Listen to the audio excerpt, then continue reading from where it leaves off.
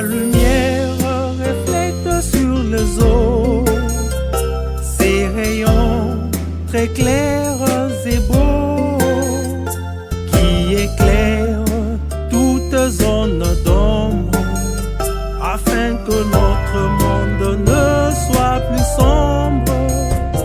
L'Association des universités et instituts supérieurs catholiques au Congo organise du 2 au 4 mai un colloque sur ce thème capital et vital à plus d'un titre, l'enseignement supérieur catholique au service du développement humain intégral. Vous savez, l'éducation, l'enseignement supérieur, l'université, comme on le sait, a une triple mission: l'enseignement, la recherche et les services à l'humanité, les services à la société. Eh bien, ces institutions d'enseignement catholique supérieur ont créé un réseau pour mutualiser leurs forces, ont créé une association depuis 2009. Et nous sommes à la 15e année de cette association qui regroupe aujourd'hui plus d'une vingtaine d'institutions d'enseignement supérieur à partir de Kinshasa, du Katanga, de Lubumbashi, du Nord Kivu, du Grand Kasaï, donc Notre-Dame de Kasaï, Notre-Dame de Lomami, de Bandundu.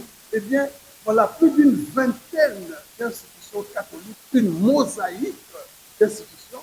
Eh bien, nous voulons, à l'occasion de ce colloque, réfléchir sur la mission et l'identité propre de ces institutions d'enseignement supérieur et voir vis-à-vis, en face des défis majeurs que connaissent nos pays en Afrique, et particulièrement notre pays, quelle peut être la contribution vraiment de l'éducation pour essayer tant soit peu résoudre ces problèmes, ces défis majeurs qui sont transversaux. Alors voilà pourquoi ces institutions vont se réunir ici pendant 3 jours, 2, 3, 4, examiner en général quatre perspectives, 4 pistes. D'abord, l'identité et la mission des universités et instituts supérieurs catholiques.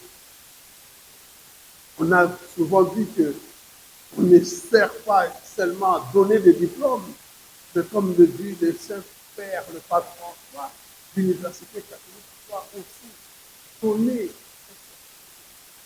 valeur, former les hommes et les femmes aux valeurs, réfléchir sur l'identité et la mission. Ensuite, sur la viabilité même de nos institutions.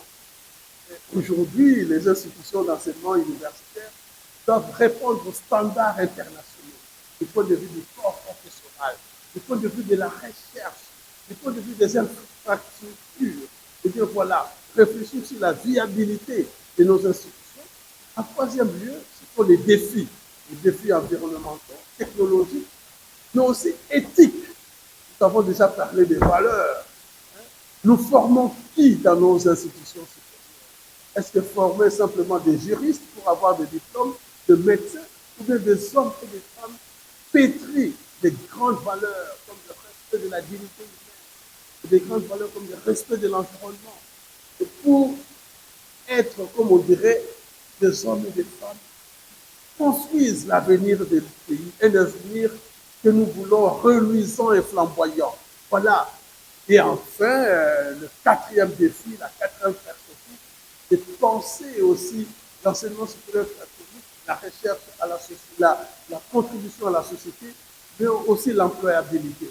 Les jeunes que nous donnons à la société, qu'est-ce qu'ils deviennent? Voilà, donc on peut dire que c'est un grand rendez-vous, non pas simplement du point de vue du savoir intellectuel, mais du point de vue aussi du savoir-vivre, du savoir-être. Comment l'université participe, comme nous le chantons dans notre hymne national, à bâtir un Congo plus beau qu'avant. Voilà, des questions concrètes, des interrogations réelles des questions qui nous interrogent, comme on dit, des interrogations qui nous questionnent sur l'éducation et sa contribution à la construction de la nation.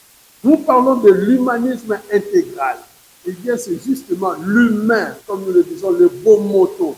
Parfois, on se moque de nous, on dit que le Congo produit des diplômés, mais pas des hommes et des femmes de valeur.